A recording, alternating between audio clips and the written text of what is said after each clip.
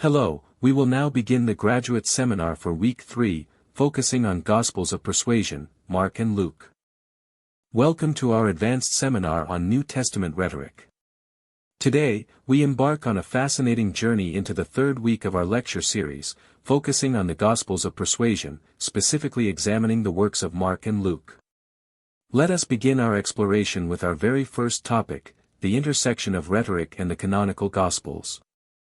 On first blush, it might not seem obvious that rhetoric has anything to do with the four canonical Gospels. Indeed, when we initially approach these sacred texts, our modern minds might naturally assume that the divine inspiration behind them entirely bypasses the human, secular arts of persuasion. We might recall the famous, provocative question posed by the early church father Tertullian, who asked, "What has Jerusalem to do with Athens?" That historic question presumed a strict, impenetrable wall separating the pure religious traditions of Judaism from the philosophical and rhetorical practices of the Greco-Roman world. However, the historical and archaeological reality of the first-century Mediterranean world paints a vastly different picture. As our foundational text insightfully notes, the Judaism of the time of Jesus and Paul had long since been Hellenized. This affected it not only linguistically, but culturally as well. This profound Hellenization indicates that the Jewish communities of the first century were deeply embedded in the broader Greco-Roman cultural landscape. It was never merely about adopting Greek as a secondary language for trade, rather, it involved a comprehensive integration of Greek customs, advanced educational frameworks, and sophisticated rhetorical strategies into their daily lives and religious expressions. Because of this widespread cultural blending, we must recognize that the Gospel writers were men of their time, fully equipped with the linguistic tools and rhetorical sensibilities necessary to communicate effectively in a Hellenized society. Therefore, investigating the canonical Gospels through the critical lens of ancient rhetoric is not an academic stretch, but rather an absolute necessity for uncovering the true persuasive intent and structural brilliance of these foundational Christian documents. Our next point of discussion deeply examines the Hellenization of first-century Judaism. We even find strict Pharisees reclining at table with Jesus in the Greco-Roman style in the Holy Land. This fascinating historical detail illustrates that Hellenistic cultural practices had permeated even the most conservative, boundary-marking religious sects of Judaism. The adoption of the symposium style of dining is a clear indicator that the social conventions of the Greco-Roman world were firmly established within the Jewish homeland. The physical posture of reclining at a meal is an undeniable signature of broader Mediterranean influence. Furthermore, Jews were not only writing many documents in Greek, but there was even a school of rhetoric in Jerusalem where a Saul or a John Mark might well have learned rhetoric. The presence of such a formal educational institution right in the theological and geographical heart of Judaism is absolutely staggering for our understanding of the period. It proves that formal training in the art of persuasion was not something foreign or forbidden to the Jewish intellectual elite. Rather, it was an accessible and likely desirable part of advanced education. A figure like John Mark, the traditional author of the Gospel of Mark, would have had direct access to this rhetorical training.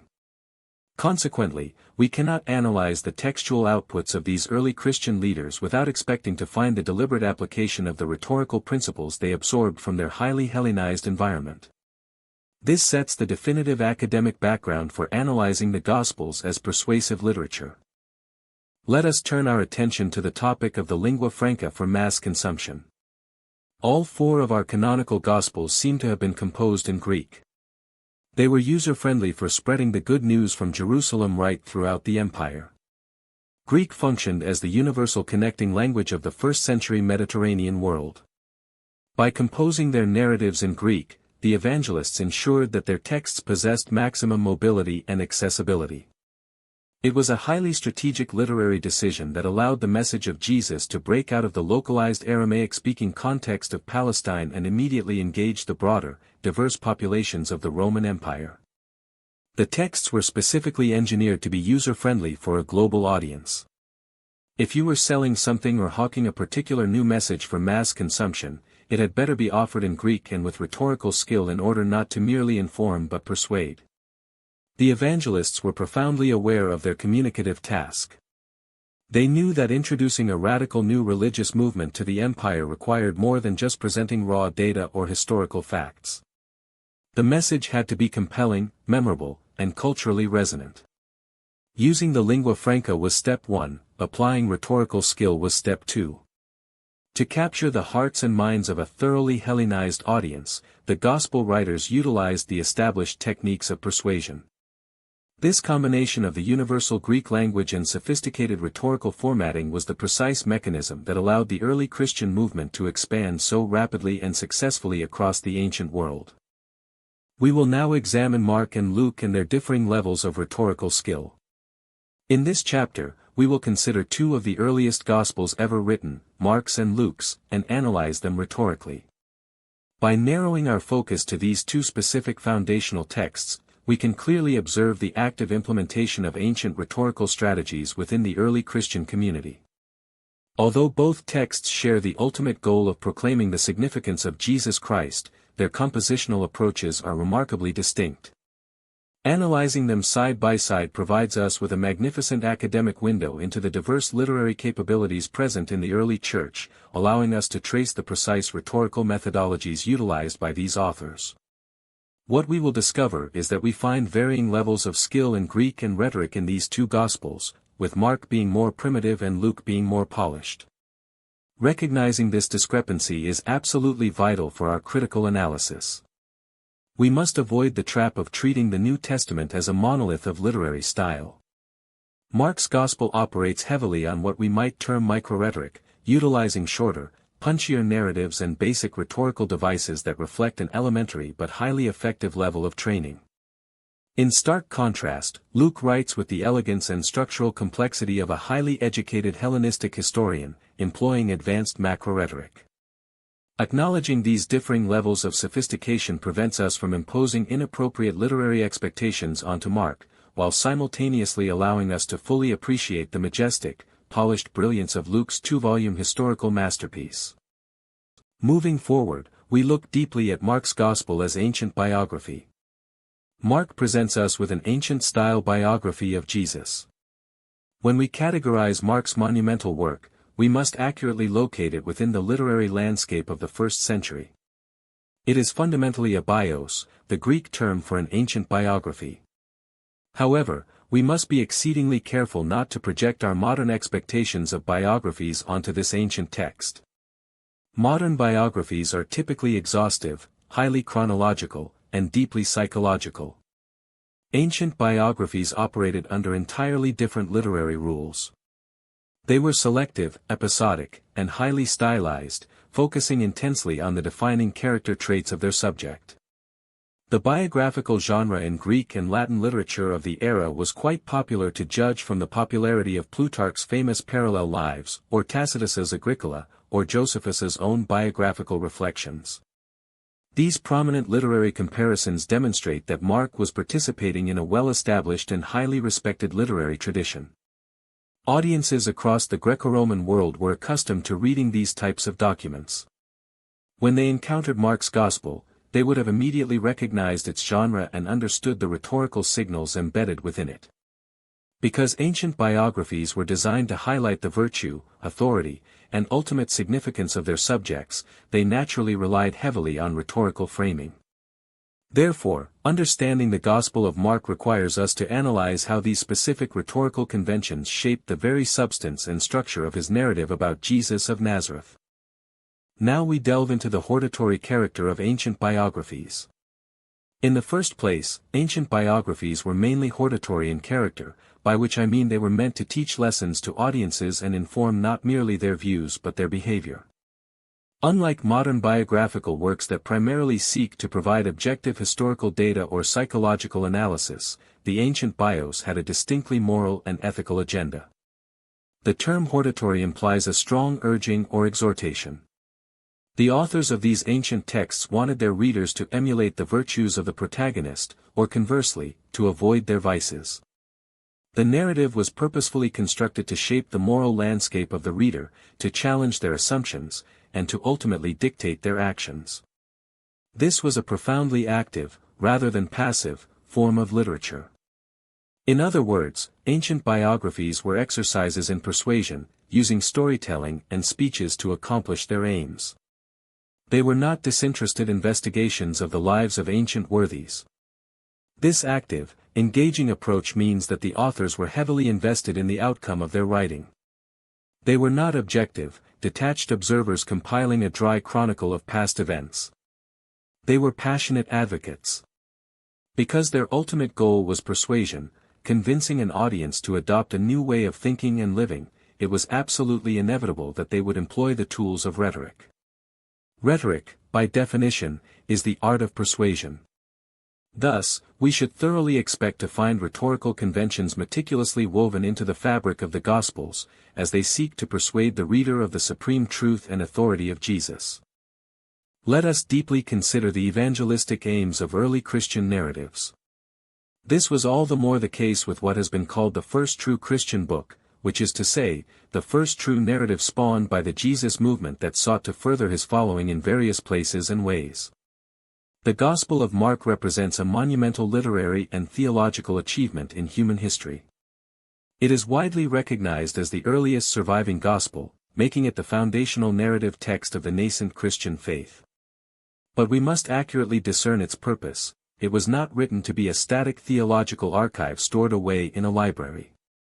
It was a dynamic, militant text designed to be deployed on the front lines of early Christian expansion. Its primary function was to actively generate and further the following of Jesus Christ across diverse geographical and cultural boundaries. The evangelistic aims of the earliest Christian movement made it all the more important that their literature, however lowbrow or highbrow, be gauged to persuade some audience about Jesus and the faith that was focusing on him. Consequently, the rhetoric employed was not merely ornamental, it was functional and critical to the survival of the movement. The early Christians were a tiny minority group competing in a massive, pluralistic Roman Empire. To successfully evangelize, to actually convert individuals to this new and often controversial faith, their written documents had to be exceptionally compelling. Whether the text was linguistically simple or philosophically complex, it had to be meticulously calibrated for maximum persuasive impact.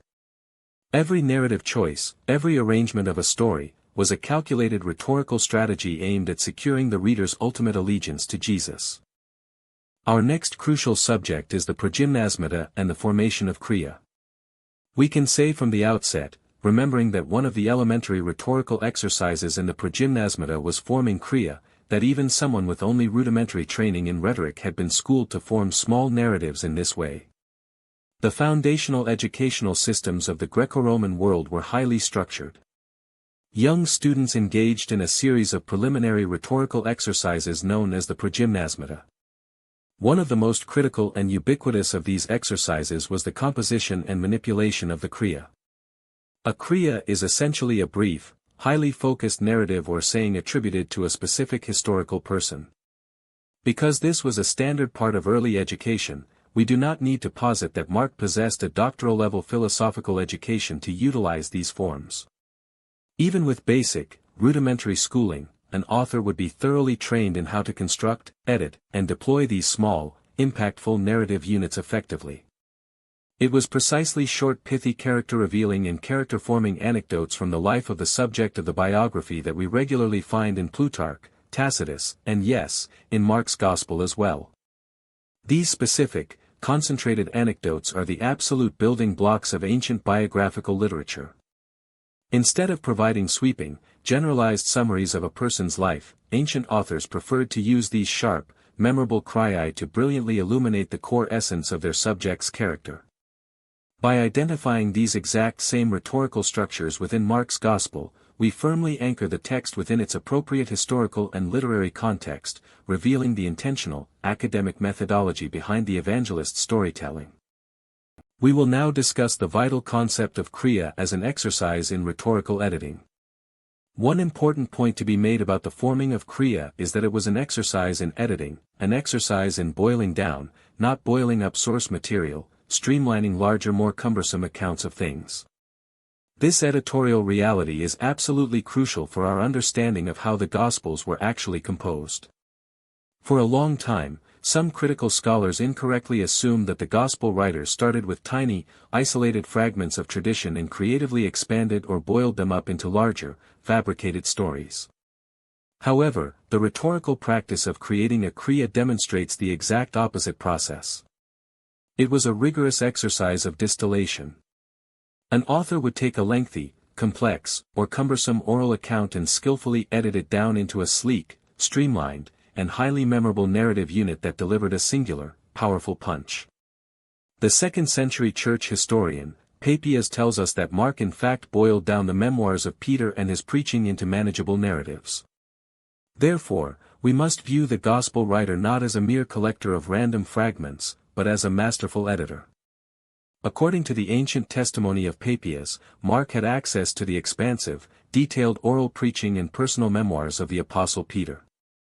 Mark's brilliant rhetorical task was to take that vast treasury of first-hand historical memory and expertly boil it down into the concise, hard-hitting cry that now constitute his Gospel. This editorial distillation was essential for creating a fast-paced, persuasive text that could be easily consumed and remembered by early Christian audiences.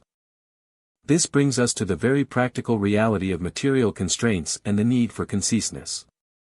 In the age of papyrus and limited word space, there were several good reasons to boil down one's source material. We often take the limitless nature of modern digital writing for granted. In the ancient world, producing a written document was an incredibly expensive and labor-intensive endeavor. Papyrus was a costly commodity, ink was precious, and professional scribes commanded high fees.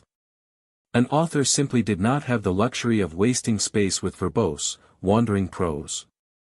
Every single word had to earn its place on the scroll. This severe material constraint necessitated the editorial process of condensation we discussed earlier. The Gospel writers were forced by economics and physics to be concise. But conciseness alone is not enough, it must also be compelling. If one could do it in a rhetorically effective manner, the chances of the narrative persuading someone about something went up in a culture that was rhetoric-saturated and rhetoric-loving. The physical constraints of the medium actually fostered literary brilliance. By being forced to edit their narratives down to their most potent, essential core, the evangelists created texts of incredible rhetorical density. In a Greco-Roman culture that deeply admired and consumed eloquent speech, a tight, powerfully constructed anecdote, a well-formed kriya, was far more persuasive than a rambling historical chronicle. Thus, the economic necessity of saving papyrus perfectly aligned with the cultural demand for persuasive rhetoric, resulting in the uniquely powerful, fast-paced narrative style that defines the Gospel of Mark. Our next topic explores the critical concept of the oral dimensions of Mark's Gospel. Mark chapter 13, verse 14 suggests that Mark's volume may be the first Christian book meant to be read out loud to an audience. The transition from oral proclamation to written text in the early church was a momentous development. However, we must not make the mistake of thinking that ancient reading was a silent, private activity like it is today. In antiquity, documents were almost exclusively read aloud, even when a person was reading privately to themselves. Mark's Gospel was specifically designed with this public, oral performance in mind. It was intended to be vocalized, to be heard by a gathered assembly. This means that the text is loaded with auditory cues, rhythms, and pacing designed for the ear, not just the eye. The evangelist says, "Let the reader understand, not merely the hearer." The reference is to a singular or individual reader, although, the reader would likely have read it out loud to himself first, so the oral and oral dimensions were still in play. This specific, fascinating instruction embedded directly within the text implies a structured communal setting. It envisions a scenario where a designated reader, perhaps a trained lector or a church leader, is standing before a congregation, actively proclaiming the text. The parenthetical aside calls upon that specific presenter to possess spiritual insight into the apocalyptic material they are vocalizing. Therefore, the Gospel is fundamentally an oral event. Its persuasive power is fully unleashed not in silent study, but in the dynamic, spoken performance of the text within the community of believers. Finally, for this introductory section, we examine the definitive classification of Mark as bios in rhetorical form. Mark's Gospel is not to be seen as a sermon, though it contains fragments of preaching. Rather, what is going on in Mark is the offering of persuasive teaching about Jesus that would supplement, not supplant the preaching. When we rigorously analyze the overarching structure and profound intent of Mark's narrative, we must distinguish it from a simple collection of homilies or a direct transcription of oral sermons. While it undoubtedly contains profound elements of early preaching and deeply echoes the oral traditions of the nascent church, its primary literary function is much broader and far more permanent. Mark meticulously crafted this document to serve as a comprehensive, persuasive teaching tool. This text was strategically designed to flesh out the total picture of who Jesus was, detailing the profound nature of his cosmic mission and his groundbreaking earthly ministry. By providing this highly structured narrative, Mark was offering a foundational text that would support, authorize, and enhance the ongoing oral proclamation of the gospel across the Mediterranean world, giving the early Christians a reliable, persuasive account to point to. In other words, the old-form critics like Bultmann and Dibelius were wrong. The Gospel of Mark is not kerygma, it is bios in rhetorical form. For decades, prominent form critics argued that the Gospels were essentially just stitched-together fragments of primitive oral preaching, known as kerygma, devoid of any sophisticated literary or biographical structure. However, our modern rhetorical analysis thoroughly and undeniably dismantles that assumption. By recognizing the presence of deliberate rhetorical editing, the strategic use of anecdotes like the Kriya, and the overarching hortatory intent, we can confidently classify Mark's Gospel as a bios, an ancient biography. But it is not just any biography, it is a biography expressed in a deeply rhetorical form, intentionally shaped to convince its audience of the divine authority and redemptive mission of Jesus Christ. Deep textual analysis of Mark, the Kriya form in Mark 6 verses 1-6. Welcome to the main body of our seminar. Today we are diving into the core arguments and conducting a deep textual analysis of the Gospels of Mark and Luke as works of persuasion. We begin our investigation by examining the Gospel of Mark. While Mark is often considered to have a more elementary rhetorical style compared to Luke or Paul, it is nonetheless highly effective and deeply rooted in the rhetorical conventions of its day. Specifically, we will look at Mark's use of the Kriya form. To understand this, we must look at our first text. Mark 6 verses 1-6 can be called a characteristic example of a Kriya meeting all the necessary rhetorical requirements. Not only is the narrative pithy and concise, it climaxes with a classic, memorable saying in verse 4. Let us elaborate on this profoundly important observation. In the ancient Greco-Roman educational system, students learn through a series of exercises known as the progymnasmata. One of the foundational exercises was the composition and elaboration of a Kriya, which is a short, pithy anecdote or narrative that culminates in a striking saying or action by a specific historical person.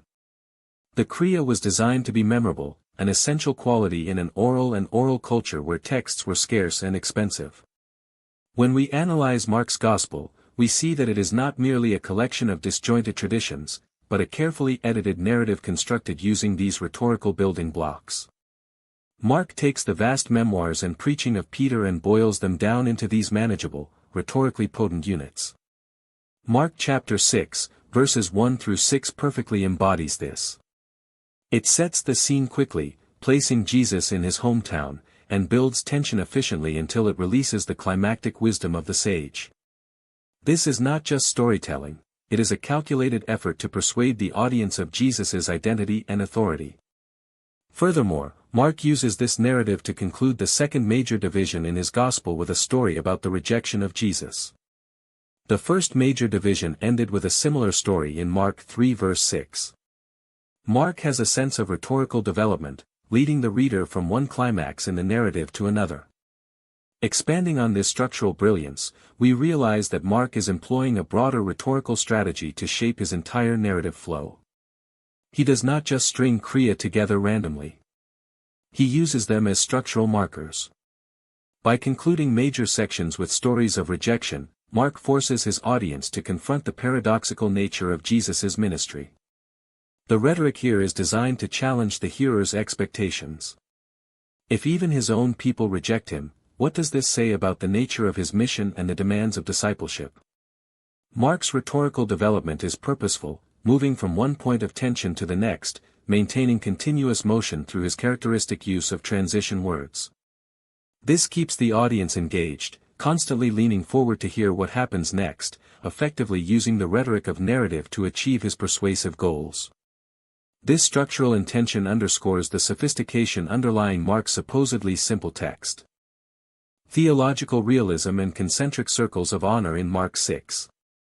As we continue our deep textual analysis of Mark's 6th chapter, we must address the historical and theological realism embedded in this rhetorical form. I need to stress that Mark 6 verses 1-6 is not an ideal scene, concocted on the basis of the climactic saying in verse 4. The saying, whilst apropos, does not suggest the sort of narrative about Jesus and his relatives that we find here. The story contains unflattering elements about the family of Jesus, which it is hard to imagine the church making up at some later time. To dive deeper into this point, we have to push back against some older forms of biblical criticism that assumed gospel writers simply invented stories to provide a fictional setting for Jesus' sayings. The Kriya form inherently demands a basis in actual historical events. Ancient audiences recognized the Kriya as a historical claim. The inclusion of embarrassing or unflattering details, such as Jesus being referred to merely as the Son of Mary, which could be construed as a slur in that patriarchal society, or his own family's disbelief, serves to authenticate the narrative. A later church, seeking only to glorify its founder, would have scrubbed these scandalous details from the record. Mark, however, uses this gritty reality to enhance his persuasive agenda. He shows a Jesus who experiences real, visceral rejection. This authenticity heightens the pathos of the narrative, drawing the audience into the profound tragedy of the Incarnation.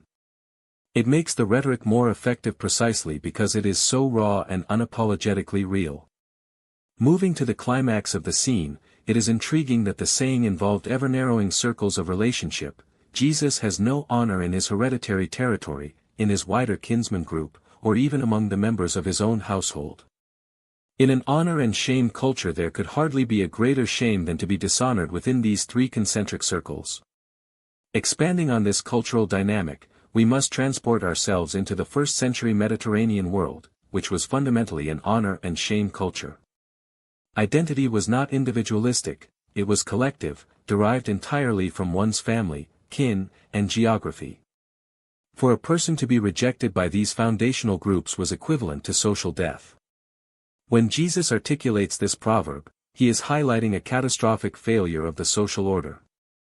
Those who were culturally obligated to provide him with face and status are the very ones stripping it away.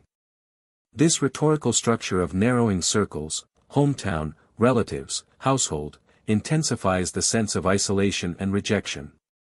Mark's audience, steeped in these cultural scripts, would have felt the full weight of this shame. Yet, rhetorically, Mark uses this to redefine honor.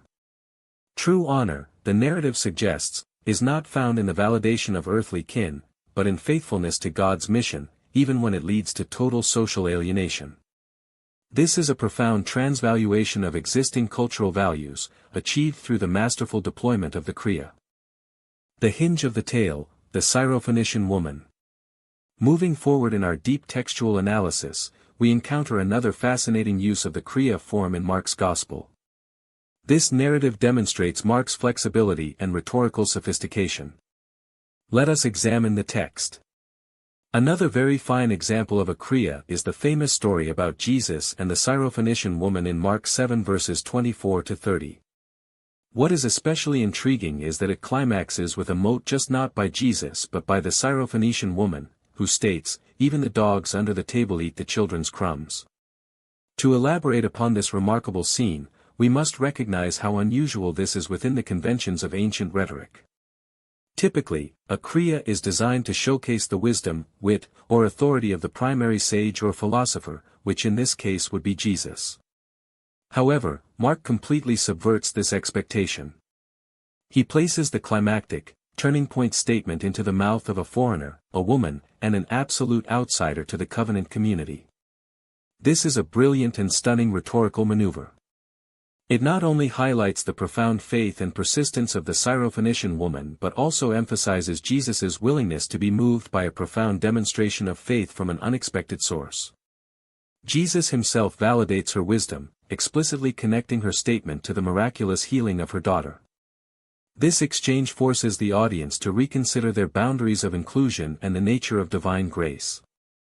It is a kriya that teaches not through a monologue from the master, but through a dynamic, challenging, and culturally subversive dialogue.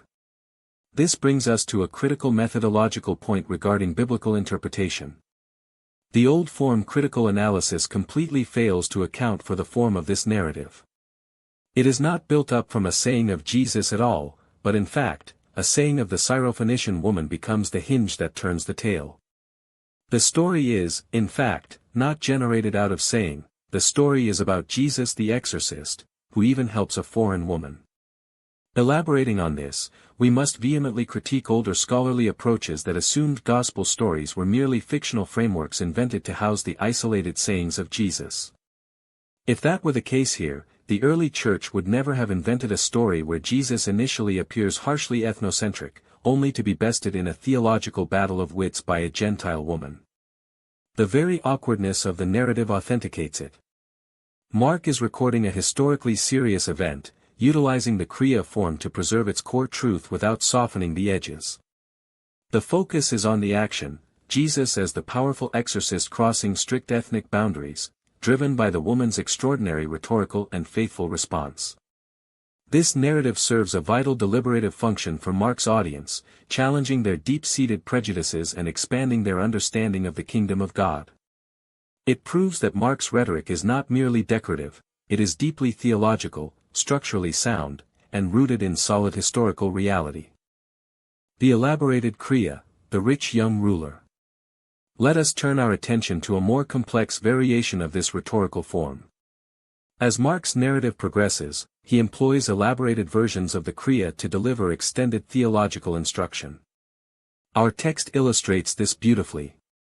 One further example of a kriya, an elaborated one, must be examined, Mark 10 verses 17 to 30, the familiar story of the so-called rich young ruler, and his memorable encounter with Jesus.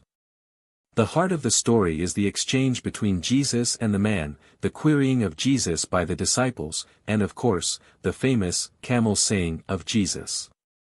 Expanding on this, we see that an elaborated kriya or ergasia involves expanding the core anecdote with supplementary material, such as introductions, digressions, or character delineations. In this passage, Mark presents a beautifully crafted concentric structure that carefully frames the central dialogue. We begin with a question about everlasting life, move to the man's inability to part with his wealth, center on Jesus' radical explanation, and then mirror these themes with the disciples' sacrifices and a final answer regarding eternal life. This concentric framing is a sophisticated rhetorical device that focuses the audience's attention precisely on the profound tension between worldly wealth and genuine discipleship.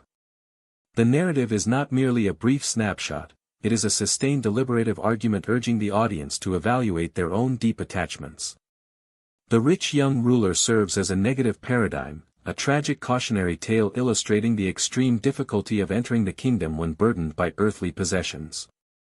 Let us look at the historical core of this elaboration. There appears to have been a story about Jesus and this man that Mark has taken and used as an opportunity to add in some additional teaching of Jesus about the sacrifices of discipleship and its relationship to everlasting life. To elaborate deeply on this process, we must understand that Mark is acting as a masterful rhetorical editor. He takes an authentic historical encounter and strategically expands it to address the pressing pastoral needs of his community. The early church was actively grappling with issues of wealth, status, and the ultimate cost of following Christ. By expanding this kriya, Mark provides a comprehensive theological framework for understanding these required sacrifices. He incorporates the disciples' sheer astonishment to mirror the audience's likely reaction, thereby drawing the listeners directly into the narrative space. The rhetoric here is pastoral and instructional. It is designed to persuade the audience that true security lies not in material possessions, but in radical, unyielding reliance on God. The elaboration allows Mark to explore the nuances of this teaching, moving smoothly from the specific encounter with the rich man to a universal principle applicable to all believers everywhere. This demonstrates Mark's undeniable skill in taking raw historical memory and molding it into a potent instrument of moral and spiritual persuasion for his readers. The camel aphorism and provocative rhetoric. Continuing our analysis of the rich young ruler narrative, we must focus on the specific rhetorical devices Jesus employs within this elaborated kriya. The dialogue is startling, filled with abrupt challenges and vivid imagery. Consider our first text. In addition, we actually have yet another surprising and potentially offensive saying of Jesus that the church would not likely fabricate. Jesus' abrupt response to the man, however much he may love him, is, "Why do you call me good? No one is good but God alone." Let us unpack the rhetorical force of this statement. Once again, we encounter the crucial historical criterion of embarrassment. This statement is highly provocative and could easily be misinterpreted to suggest that Jesus denied his own goodness or divine nature. Because it is so potentially offensive, it carries a high degree of historical authenticity. The early church would absolutely not have invented a saying that complicated their developing Christology. Rhetorically, Jesus uses this abrupt question to shatter the young man's superficial understanding of goodness. It is a brilliant pedagogical shock tactic. Jesus is demanding that the man critically examine his baseline assumptions. Goodness is not merely a matter of keeping a religious checklist of commandments, which the man proudly claims to have done since his youth. True goodness is rooted exclusively in God. By redirecting the focus from human achievement to divine perfection, Jesus prepares the ground for the radical demand he is about to make concerning the man's wealth. This is the rhetoric of disruption, designed specifically to break through religious complacency. This leads us to the climax of the entire scene. As in so many kriya, attention is meant to be focused on the climactic saying of the sage or prophet in question. Verses 23 to 24 are carefully phrased, followed by the key aphorism where Jesus is deliberately contrasting the largest animal with the smallest hole in that part of the world. To elaborate on this famous aphorism, we must appreciate its primary function as a rhetorical hyperbole. The image of a camel attempting to squeeze through the eye of a needle is intentionally absurd, highly visual, and almost comical, yet it carries a profoundly tragic spiritual weight. In the ancient world, rhetoricians frequently used extreme visual contrasts to drive home a vital point. By juxtaposing the largest indigenous animal with the smallest conceivable opening, Jesus illustrates an absolute human impossibility. The rhetoric is designed to completely dismantle the contemporary cultural assumption that wealth was a sign of divine favor and a facilitator of salvation. Instead, wealth is portrayed as an insurmountable obstacle to entering the kingdom, an obstacle that can only be overcome by the miraculous intervention of God. This syncresis, or comparative illustration, leaves an indelible mark on the listener's imagination. It is a masterclass in oral communication, ensuring that the core theological truth, that salvation is entirely dependent on God's power, not human effort or resources, is never forgotten by the audience. Mark's parables as rhetorical syncresis. We now shift our focus from the kriya to another vital rhetorical form utilized extensively in the Gospels, the parable. To understand parables correctly, we must view them through the lens of ancient rhetorical theory, rather than modern literary criticism. Let us examine the text. Ancient writers and readers in the Greco-Roman world treated a parable as a form of rhetorical syncresis, comparison, or comparative illustration of sorts. Parables were used to clinch a rhetorical argument and persuade someone to do or think something. To elaborate extensively on this crucial definition, we must firmly strip away the modern tendency to read parables as complex, multi-layered allegories or giant, enigmatic metaphors. In the rhetorically saturated environment of the first century, a parable was understood as a specific type of inductive proof. It was a comparative illustration drawn from everyday life, designed to make a philosophical or theological argument accessible and compelling.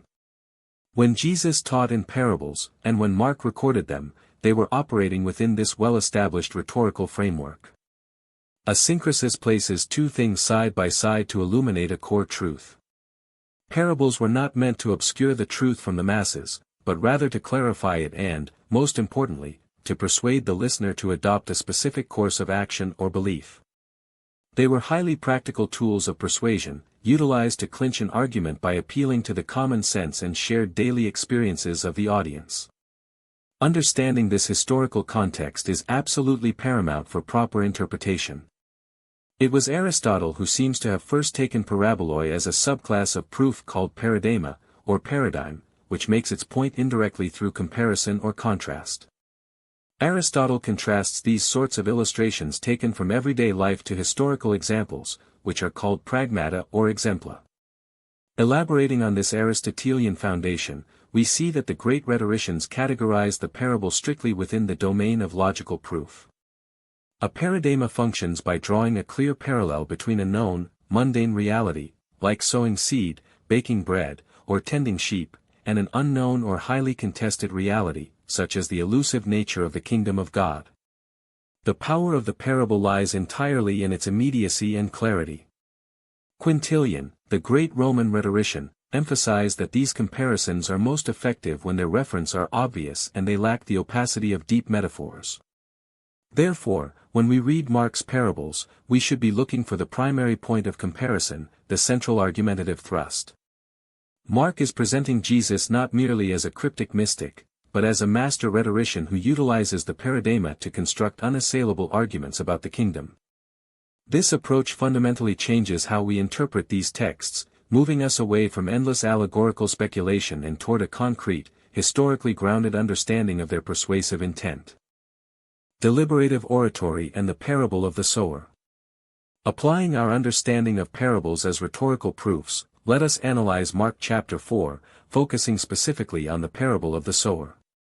This chapter provides a clear example of how parables function within deliberative oratory.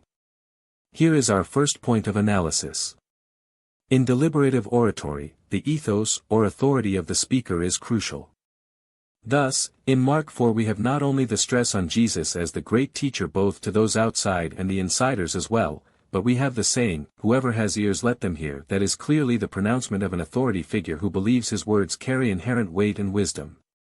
Let us delve into the critical concept of ethos. In ancient rhetoric, particularly in deliberative speeches aimed at changing future behavior, the character and authority of the speaker were absolutely paramount. If the audience did not deeply respect the speaker, the argument would fail, regardless of its logical strength. Mark deliberately constructs the scene in chapter 4 to maximize Jesus's ethos. Jesus is positioned in a boat on the water, teaching a massive crowd gathered on the shore, a posture that visually establishes ultimate authority. The recurring admonition, "Whoever has ears let them hear," is not a gentle suggestion, it is a prophetic command demanding active, obedient listening. By establishing this profound ethos, Mark ensures that the audience recognizes the immense significance of the parables that follow. They are not mere stories, they are authoritative directives regarding the kingdom of God, requiring a definitive response from the listener. What, then, is the precise purpose of this specific parable? If we ask about the rhetorical exigency or obstacle being overcome here, it must surely be the discouragement of the proclaimers and persuaders in the audience who have experienced failure of various sorts after sowing the gospel. The parable is realistic in that it suggests a wide variety of failures or falling short, but then stresses that the good outcomes far outweigh the variety of failures. Expanding on this rhetorical exigency, we must view the parable of the sower as a masterpiece of deliberative rhetoric aimed directly at a specific pastoral problem. Mark's community, and indeed the early Christian missionaries, were facing immense rejection and hostility in their world. Sowing the seed of the gospel often seemed like a frustrating, fruitless endeavor. The temptation to give up was incredibly strong. Jesus's parable addresses this deep discouragement head-on. It does not offer a false, idealized vision of universal acceptance. Instead, it realistically catalogues the various ways the message will be thwarted, by hard hearts, superficial reception, and worldly distractions. However, the rhetorical climax of the parable is the description of the good soil, which yields a miraculous, bumper crop. The argument is crystal clear: despite inevitable, painful failures, the ultimate success of the harvest is guaranteed by God. This comparative illustration is designed to persuade the weary missionaries to persevere. The fault lies with the soil, not the seed or the sower. Therefore, they must continue to sow boldly. This is highly practical, deeply encouraging rhetoric designed to sustain the vital work of evangelism. Deep textual analysis of Luke, the rhetorical proem. We now transition from Mark to the Gospel of Luke. Here, we encounter a significantly different level of rhetorical sophistication. Luke operates as a highly trained Hellenistic historian, and this is immediately evident in his opening verses. Let us examine his exordium. Luke 1 verses 1-4 has been called the best Greek sentence in the whole NT. Since an elevated subject was thought to deserve an elevated style, this sentence incorporates a whole series of impressive multisyllable Greek words not found in the rest of Luke Acts. To elaborate on this magnificent opening, we must recognize it as a classical proem or exordium.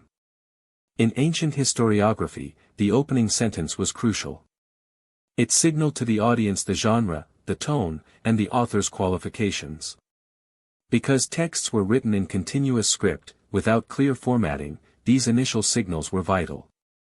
Luke intentionally deploys a highly elevated, classical atticizing style here, utilizing complex, multisyllabic vocabulary that he rarely uses elsewhere. This is a deliberate, highly calculated rhetorical choice.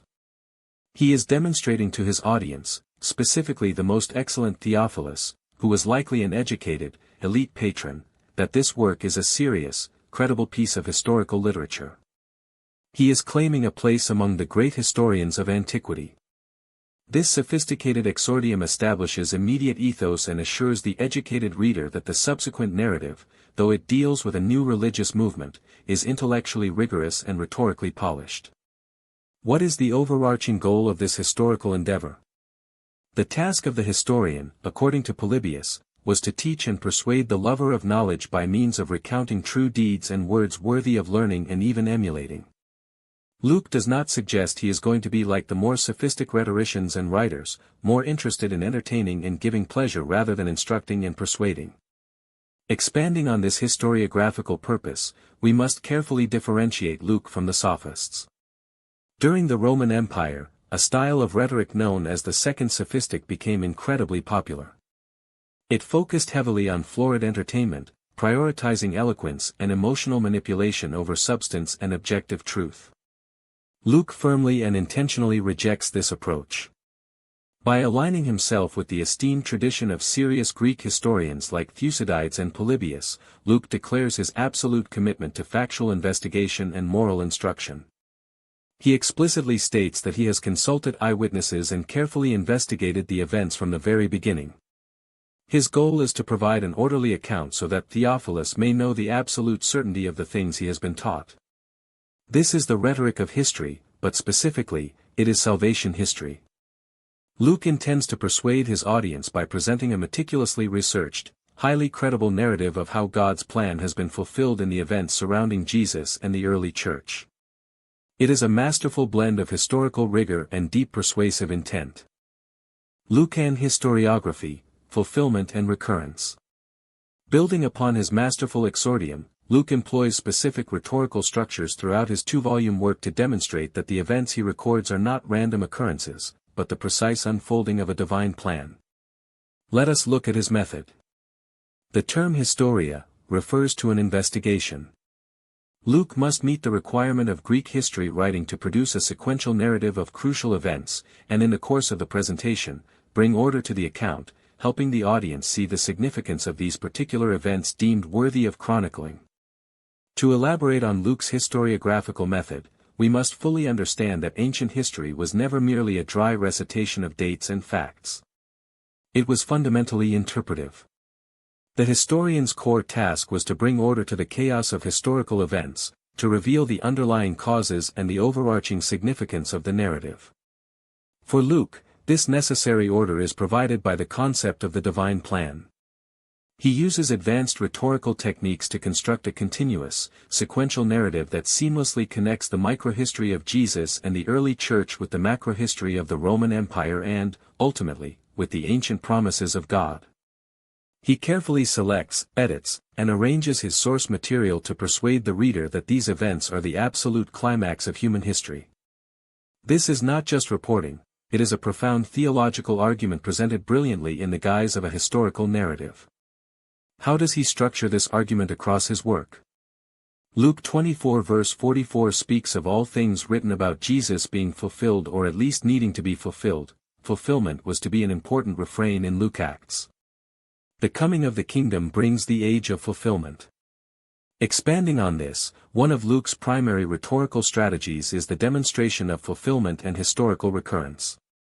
He meticulously crafts his narrative to show exactly how the prophecies of the Hebrew Scriptures are realized in the life of Jesus, and how the patterns established in Jesus' life are subsequently recapitulated in the life of the Church.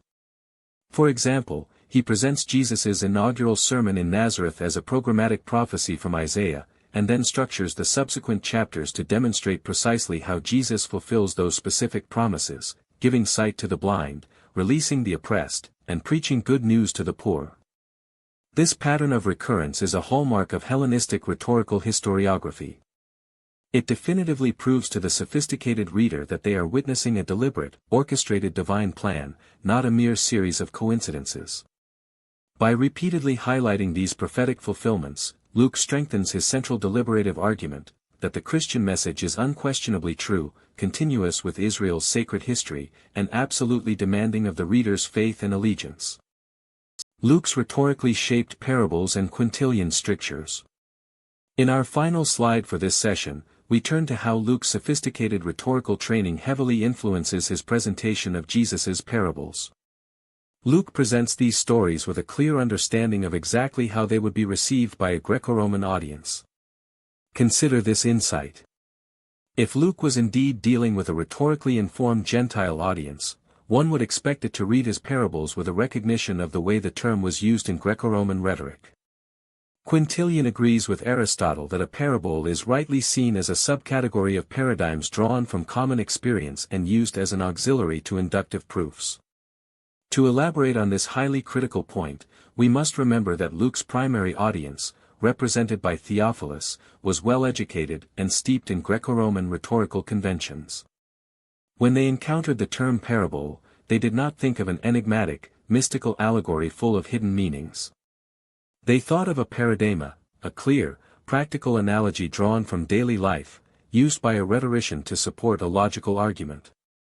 Luke structures his presentation of the parables to perfectly align with these expectations. He presents Jesus as a masterful philosophical teacher who uses these analogies to definitively prove his points and dismantle the arguments of his religious opponents. Understanding this prevents us from over-spiritualizing the parables. They are robust, inductive proofs designed to persuade an audience regarding ethical behavior and the true nature of God's kingdom. They are practical, grounded, and intensely persuasive. How does this apply to a specific famous example? If, for example, we were to read the parable of the Good Samaritan as a rhetorical unit with quintillion strictures as a guide, we would assume, 1. Jesus is actually talking about Samaritans, priests, Levites, and Jews in general. These are not figures for something else. 2. He is actually trying to answer the time-honored Jewish question about the nature and scope of neighborliness. Expanding deeply on the Good Samaritan, applying quintillion strictures completely revolutionizes our interpretation. Quintilian insisted that effective parables should have minimal metaphorical qualities, their reference must be immediately apparent to the listener. Therefore, in the Good Samaritan, the priest is just a priest, the Levite is just a Levite, and the Samaritan is a literal Samaritan. It is not a complex allegory for the fall of humanity or the saving work of Christ. Rather, it is a devastatingly effective synkresis, a comparative proof. Jesus is engaging in a highly charged, real-world theological debate about the strict boundaries of the covenant community. He uses the parable to utterly deconstruct the exclusionary holiness codes of his day, arguing persuasively that the divine command to love one's neighbor supersedes all ethnic and religious boundaries. By portraying the culturally despised Samaritan as the absolute exemplar of true neighborliness, Jesus utilizes a shocking rhetorical reversal to clinch his argument. Luke preserves this parable precisely because it is such a brilliant example of deliberative rhetoric, perfectly suited to persuade his Gentile audience of the universal, boundary-breaking scope of the gospel. Welcome to the third part of our advanced seminar focusing on the conclusion and overarching applications of our study on the Gospels of Persuasion, specifically looking at Mark and Luke. Our current slide is titled Synthesis of Rhetorical Approaches in Mark and Luke. The text states, "We have sought in this chapter only to present the flavor of the rhetoric of Mark and Luke, and we have deliberately not dealt with how Luke handles speeches in a rhetorical manner." As we reflect upon this crucial methodological assertion, it is vital to comprehend that the author is intentionally limiting the scope of the current analysis to the overarching narrative strategies and structural methodologies employed by the evangelists. The phrase, flavor of their rhetoric refers to the distinct, localized, and highly targeted methodologies each writer uses to engage, persuade, and transform their specific audiences within the first-century Mediterranean world. Mark, writing predominantly to a Roman audience that was likely facing intense socio-political pressure and persecution, adopts a fast-paced, action-oriented, and stark style. In contrast, Luke, addressing an educated Hellenistic patron named Theophilus and a broader culturally sophisticated audience, utilizes a highly refined, classical historiographical framework. The deliberate postponement of Luke's handling of explicit speeches to the subsequent chapter on the Acts of the Apostles highlights a critical methodological and literary distinction, while the Gospel of Luke integrates rhetorical forms into its parables, healing narratives, and structural framing. The Book of Acts serves as the primary arena for full-fledged apostolic oratory, featuring complex forensic and deliberative speeches that require their own dedicated, exhaustive analysis. Furthermore, the text observes, enough, however, has been said to show that both Mark's and Luke's Gospels reflect rhetorical concerns and features in various ways, Mark in a more elementary manner, Luke in a more sophisticated manner. This indicates that the fundamental objective of recognizing the Gospels not merely as passive historical chronicles or disjointed collections of oral traditions, but as active, highly persuasive documents, has been successfully established. Despite their differing levels of grammatical sophistication, vocabulary richness, and stylistic elegance, both Mark and Luke were profoundly engaged in the ancient art of persuasion. They were not naive compilers of disconnected myths, rather, they were intentional theologians and highly capable rhetoricians who meticulously selected, arranged, and presented the life, teachings, death, and resurrection of Jesus of Nazareth to elicit a specific, life-altering response from their readers. By acknowledging these deep-seated rhetorical concerns, modern scholars and students of the New Testament are infinitely better equipped to interpret the textual nuances, thematic emphases, and structural choices that define the Synoptic Gospels. This rhetorical awareness effectively bridges the immense hermeneutical gap between the ancient, deeply oral and oral culture of the biblical world and our contemporary, text-based analytical assumptions, allowing us to hear the Gospels as they were originally intended to be heard, as living, powerful words demanding a verdict. Moving forward in our analysis, we now examine the specific rhetorical profile of the earliest Gospel. This slide is titled Mark's Elementary Rhetorical Framework, Bios and Progymnasmata.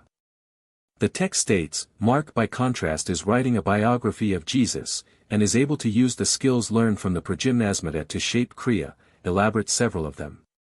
What we must understand here is the profound implication of classifying Mark's Gospel as an ancient Greco-Roman biography, known in Greek as a bios. Unlike modern biographies that prioritize psychological development or exhaustive chronological detailing from birth to death, an ancient bios was fundamentally hortatory and character-driven. It was designed to reveal the essence of the subject's character and to persuade the audience to either emulate or revere that figure. Mark accomplishes this ambitious goal by relying on foundational educational exercises known in antiquity as the progymnasmata. These were the essential, preliminary rhetorical drills taught to students before they advanced to composing full-scale legal or political speeches. By stating that Mark operates in an elementary manner, scholars are not suggesting that his work is primitive, simplistic, or lacking in literary genius. On the contrary, mastering the progymnasmata meant mastering the fundamental building blocks of all effective communication in the Greco-Roman world. Mark expertly shapes the kriya, which are short, pithy, highly memorable anecdotes that culminate in a definitive saying or action by Jesus.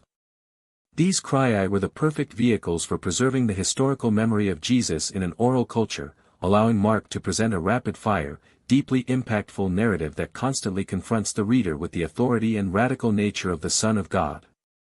Furthermore, the text observes, rhetorically edit parables, and even makes some rhetorical comparisons, known as syncresis, along the way. This indicates that Mark's editorial hand is consistently guided by a desire to maximize the persuasive force of his source material. When Mark edits parables, he is not merely recording them, he is strategically deploying them as inductive proofs, or paradigms, to further his deliberative arguments regarding the hidden nature of the kingdom of God and the necessity of true discipleship. The use of syncresis, or rhetorical comparison, allows Mark to starkly contrast the ways of God with the ways of human tradition, or the authentic power of Jesus with the failures of the religious elite and even his own disciples. Through these focused, highly disciplined rhetorical techniques, Mark constructs a narrative that is relentless, urgent, and undeniably compelling, proving that even the most fundamental tools of ancient rhetoric, when placed in the hands of an inspired evangelist, can produce a literary and theological masterpiece that has endured for millennia. Let us now turn our meticulous attention to the third evangelist and his monumental literary achievement. Our next slide is titled Luke's Sophisticated Historiographical Rhetoric. The text states, Luke shows the ability to shape not merely brief narratives or parables in rhetorical ways, but indeed, his whole account, beginning with his prologue and carrying on through the whole of the 2 volumes, is shaped rhetorically. As we thoroughly unpack this expansive statement, we must appreciate the vast architectural scope of Luke's literary ambition. While Mark brilliantly utilized micro-rhetorical units like the cria to build his fast-paced narrative, Luke operates on a remarkably sophisticated macro-rhetorical level. Luke demonstrates a profound mastery of advanced Hellenistic literary conventions, seamlessly weaving together a continuous, heavily stylized, and deeply theological historical narrative. The assertion that his whole account is shaped rhetorically implies that every geographical transition, every character introduction, and every thematic repetition across both the Gospel of Luke and the Acts of the Apostles is intentionally engineered to guide the audience toward a specific verdict about the truth of the Christian message.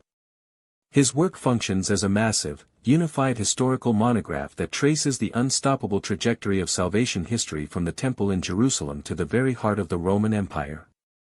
By shaping his narrative rhetorically from the magnificent Greek prologue onwards, Luke is actively participating in the esteemed tradition of Greco-Roman historiography, signaling to his educated audience that this is a reliable, rigorously researched, and intellectually formidable account.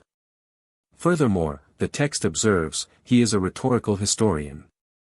In fact, there is very little that could be called comic about the multitude of speech summaries we find in Luke's 2nd volume. This indicates that Luke's primary identity as a writer must be understood through the dual lens of history and rhetoric. In the ancient world, these 2 disciplines were not mutually exclusive, rather, the finest historians, like Thucydides and Polybius, recognized that historical truth could only be effectively communicated through the art of persuasion. To call Luke a rhetorical historian is the highest compliment, acknowledging his ability to synthesize rigorous historical inquiry with elegant, compelling presentation. The reference to the utter lack of comedy in his apostolic speech summaries underscores the immense gravity and theological seriousness of his project. When Luke edits and summarizes the preaching of Peter, Stephen, or Paul, he is not seeking to entertain, he is engaged in the deadly serious business of defending the faith against its cultured despisers and providing an unshakable apologetic foundation for the early church. His rhetorical sophistication ensures that the explosive reality of the gospel is articulated with a dignity and power that commands the respect of the entire Mediterranean world.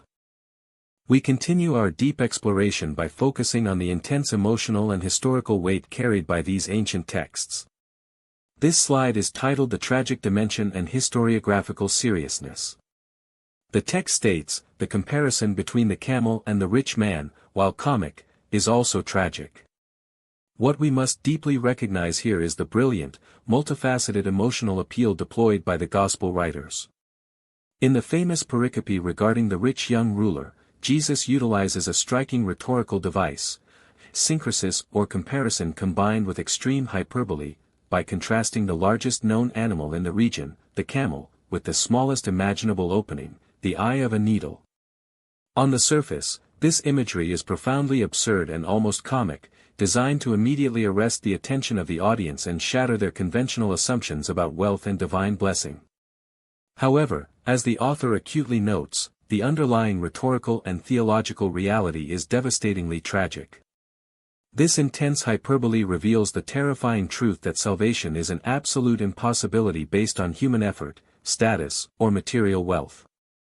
The rich man's inability to forsake his possessions exposes the tragic bondage of the human heart, demonstrating that the evangelist is employing these rhetorical tropes not for light-hearted entertainment, but to provoke a profound existential crisis and lead the audience to the realization that salvation requires miraculous divine intervention. Furthermore, the text observes, Luke is a serious historian, and his editing of the speeches he uses reflects it. To these we now turn. This indicates that as we look toward the broader horizon of New Testament literature, particularly the transition from the Gospel narratives to the Acts of the Apostles, the tone remains overwhelmingly solemn and purposeful. Luke's solemnity as a historian is the bedrock upon which the credibility of the early Christian movement rests. When Luke meticulously edits and curates the speeches of the early apostles, he is engaging in the highest form of classical historical preservation, carefully matching the ethos of the speaker to the gravity of the occasion. His deliberate, serious editorial hand ensures that the theological defenses, the calls to repentance, and the proclamations of the resurrected Christ are delivered with maximum persuasive force. The transition phrase, "to these we now turn," beautifully sets the stage for the subsequent analysis of apostolic preaching, reminding us that the rhetorical foundations meticulously laid in the Gospels were always leading toward the explosive, world-altering public persuasion that would soon echo through the streets of Jerusalem, Athens, and Rome. As we definitively transition into the profound application phase of our seminar, we address the critical, overarching inquiries posed by our extensive study. Our slide is titled Application Question 1, Rhetoric Beyond Explicit Speeches. The text states, Questions for Reflection, 1. How do the Gospels reflect rhetorical concerns even when they are not dealing with speech material? Delving into this essential question requires us to completely dismantle the modern, anachronistic assumption that rhetoric is strictly confined to formal, set-piece oratory delivered from a podium. In the intensely oral and oral culture of the first-century Mediterranean world, the macro-rhetoric of the Gospels involves the highly strategic ordering of events, the deliberate pacing of the narrative, and the masterful, thematic repetition designed to relentlessly persuade the listening audience. Even when Jesus or the apostles are not explicitly delivering a lengthy sermon, the very arrangement of the healing narratives, the placement of the controversy dialogues, and the structural journey toward the cross are all deeply embedded rhetorical strategies. The evangelist acts much like a brilliant trial lawyer who is presenting a carefully curated sequence of evidence. The narrative itself is arguing a case for the identity of Jesus as the Messiah. Furthermore, the text observes, the division between a speech and an orally performed text was more like a thin veil than a thick wall between literary categories. This indicates that we must completely revolutionize our understanding of how these texts were consumed in antiquity. The Gospels were not silently read in private study, they were dynamically, passionately declaimed aloud to gathered communities of believers and seekers. Therefore, the entire Gospel is, in a very real sense, an extended rhetorical performance. Every linguistic choice, from the rhythmic assonance and alliteration in the original Greek to the breathless use of transition words like Mark's ubiquitous "immediately," was calculated for maximum acoustic impact. The text was designed to arrest the ear, stir the deep emotions or pathos of the listeners, and compel them toward an active, lived faith.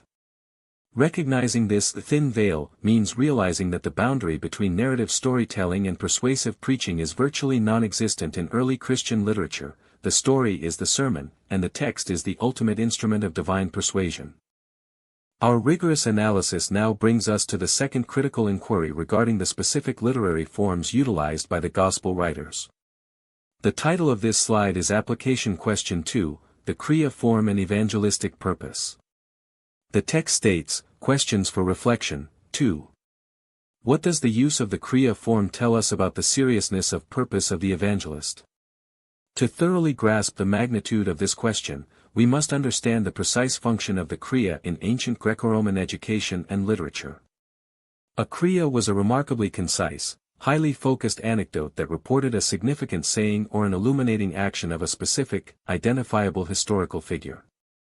By deliberately choosing to cast the memories of Jesus into this specific rhetorical mold, the evangelists are sending a massive, unmistakable signal regarding their absolute seriousness of purpose. They are demonstrating that they are not weaving abstract philosophical treatises or fabricating ethereal, disconnected myths. Instead, they are deeply committed to anchoring their theological claims in the concrete, lived reality of Jesus of Nazareth. The utilization of the kriya signals to the ancient audience that the writer is dealing with weighty, consequential historical traditions that demand a response, precisely because they are rooted in the authoritative life of a real teacher and prophet. Furthermore, the text observes, for the composition of a true kriya actual fact was demanded. If then the Gospels had not some guarantee of this kind, if they could not be shown to be ascertained history, they would have failed in their appeal. This indicates a monumental shift in how we evaluate the historical reliability of the synoptic traditions. In the rhetoric-saturated environment of the Roman Empire, audiences were highly sophisticated and could easily distinguish between historical biography and mere fable. If the evangelists had utilized forms that did not inherently demand a basis in actual fact, their entire apologetic and evangelistic enterprise would have collapsed under the weight of public scrutiny. The power of their persuasion rested entirely on the foundational premise that the events they were describing actually happened. By employing the kriya, the gospel writers provided their audience with the necessary guarantee of historicity. This demonstrates that their rhetorical strategy was inextricably bound to historical integrity. They edited and shaped these accounts not to distort the truth, but to make the explosive, ascertained history of Jesus Christ as persuasive, memorable, and undeniable as possible to a desperate and watching world. We now confront a truly vital methodological question regarding the very mechanics of how the Gospels were actually written and assembled. This slide is titled Application Question 3, Methodological Assumptions in Gospel Composition. The text states, Questions for Reflection, 3. Are kriya examples of invention and so boiling up narratives from scratch, or are they examples of boiling down and editing more extensive source material? Addressing this strict dichotomy is absolutely essential because it strikes at the very heart of centuries of biblical scholarship.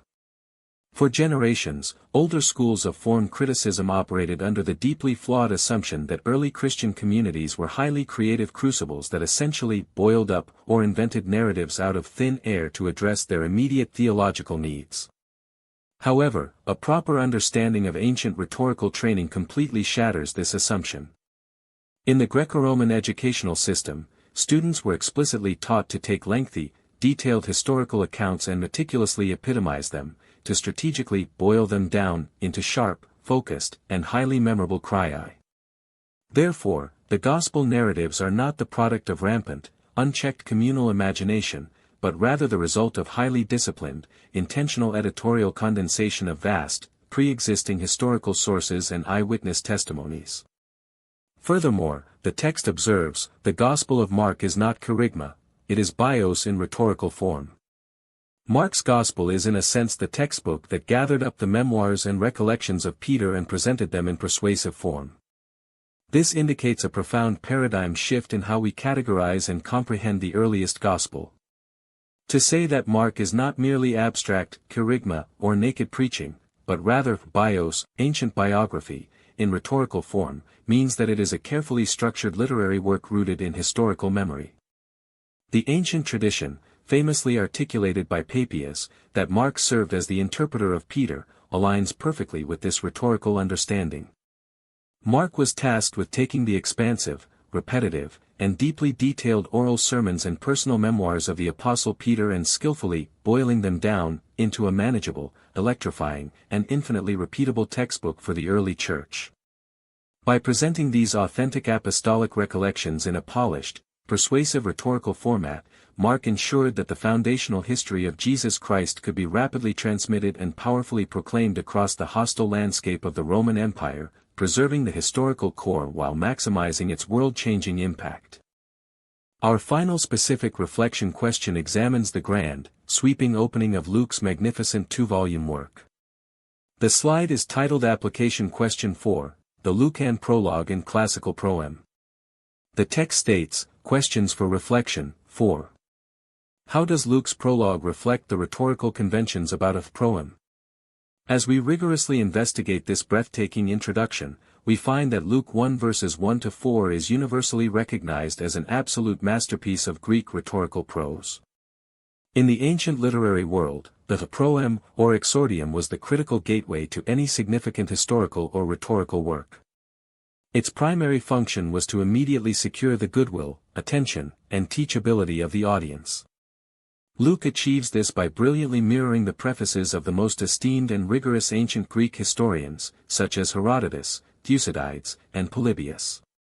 By utilizing this specific, highly recognizable classical convention, Luke is immediately signaling to his patron, the most excellent Theophilus, and to the broader, educated Greco-Roman public, that his forthcoming narrative is not a collection of whimsical fables, but a robust, thoroughly researched, and meticulously ordered historical monograph. He is establishing his unassailable ethos or credibility as an author who has painstakingly investigated the facts from the very beginning. Furthermore, the text observes, Luke 1 verses 1 to 4 is so crucial to judging the genre of that gospel. An elevated subject was thought to deserve an elevated style. This sentence incorporates a whole series of impressive multisyllable Greek words. This indicates that Luke's rhetorical strategy was harmoniously aligned with the ancient aesthetic principle that the grandeur of the literary style must perfectly match the immense gravity of the subject matter. Because Luke is attempting to chronicle the greatest and most consequential events in cosmic history, the incarnation, ministry, and resurrection of the Son of God, he deploys a stunningly elevated, sophisticated, and complex Greek vocabulary that is virtually unparalleled in the rest of the New Testament. These impressive, multisyllable terms were almost technical markers of elite Hellenistic historiography. By employing such a majestic and commanding style right out of the gate, Luke forcefully demands the intellectual respect of his audience. He ensures that the message of the gospel is not dismissed as the crude superstition of unlettered peasants, but is instead recognized as a world-class historical reality that demands the absolute intellectual and spiritual submission of every reader. As we draw the analytical portion of our seminar to a close, we must forcefully synthesize the broader pedagogical and apologetic implications of our extensive study. This slide is titled The Pedagogical and Apologetic Implications of Gospel Rhetoric. The text states, the task of the historian, according to Polybius, was to teach and persuade the lover of knowledge by means of recounting true deeds and words worthy of learning and even emulating.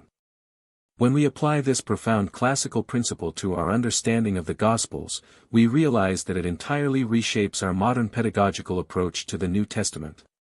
We must rigorously move beyond the sterile practice of mere theological extraction, simply mining the texts for abstract doctrines, and instead cultivate a deep, holistic appreciation for the evangelist's dynamic communicative strategies. The Gospel writers were actively engaging in the highest, most noble aims of ancient historiography. They were utilizing meticulously verified, true historical deeds to passionately persuade their audiences to embrace a radically new way of life. By presenting the breathtaking actions and words of Jesus, they were providing the ultimate paradigm for moral and spiritual emulation. To teach the Gospels effectively today, we must recapture this intense, persuasive urgency, presenting the text not as a dead artifact, but as a living argument that continually demands the total transformation of the reader. Furthermore, the text observes, Luke wants his audience to be clear about the things which have happened amongst us. He wants Theophilus to know an orderly account, seeking to set the record straight. This indicates the incredibly high apologetic stakes involved in the composition of these texts. In a chaotic religious marketplace filled with competing claims, rumors, and disjointed traditions, Luke recognized the desperate need for absolute epistemological certainty.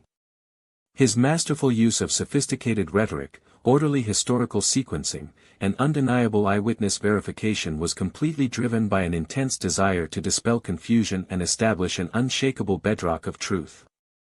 The evangelists utilized the dominant, most respected cultural medium of their day, the art of rhetorical history, to effectively and brilliantly transmit the transformative message of the kingdom of God. This remarkable adaptability serves as an enduring, timeless model for modern Christian communication and apologetic, demonstrating that the deepest truths of the faith can and must be articulated with maximum intellectual rigor, historical clarity, and persuasive power to thoroughly convince a skeptical world. We reach the grand culmination of our third-week seminar with our final slide, appropriately titled Conclusion, Transitioning to Apostolic Persuasion. The text states, the Gospel writers had to go to such lengths to explain Jesus' origins. The rhetoric of the New Testament calls for a transvaluation of extant cultural values in various ways. Reflecting profoundly on this concluding trajectory, we can clearly see the monumental, earth-shattering task that lay before the authors of the New Testament. In an ancient world utterly obsessed with honor, shame, aristocratic pedigree, and imperial power, the narrative of a crucified, Galilean carpenter as the savior of the cosmos was inherently scandalous. Therefore, the evangelists had to deploy an incredibly sophisticated, highly strategic rhetoric to accomplish a total transvaluation of all existing cultural norms. They had to systematically dismantle the deeply entrenched Greco-Roman and Jewish assumptions about what constituted true power, true wisdom, and true divine blessing, replacing them with the radical, self-sacrificial ethics of the cross. The rhetorical foundations meticulously laid in the Gospels fundamentally rewired the worldview of the early believers, perfectly preparing the audience for the explosive, unstoppable growth of the early church that we will soon study. Furthermore, the text observes, a good rhetorician knew that he had to start with a person or a group where they were culturally in order to lead them in a different direction. This indicates the absolute pedagogical genius of early Christian communication. Whether it was Mark utilizing the rapid-fire action that appealed to a Roman mindset, or Luke employing the elegant historiographical prefaces revered by Hellenistic intellectuals, the Gospel writers always met their audiences precisely where they were culturally situated. They did not do this to compromise the scandalous truth of the Gospel, but rather to build a vital bridge of comprehension, ultimately leading their hearers in a radically different, heavenward direction. As we close this chapter, we recognize that to fully appreciate the magnificent scope of early Christian persuasion, we must now prepare to turn our focused attention from the foundational narratives of Jesus to the spectacular rhetorical triumphs of Peter, Stephen, and Paul in the book of Acts. We will witness how the Holy Spirit empowers these apostles to utilize these very same rhetorical tools in hostile synagogues, philosophical marketplaces, and intimidating royal courts, ultimately turning the entire ancient world upside down. Thank you for your rigorous, scholarly engagement in today's seminar.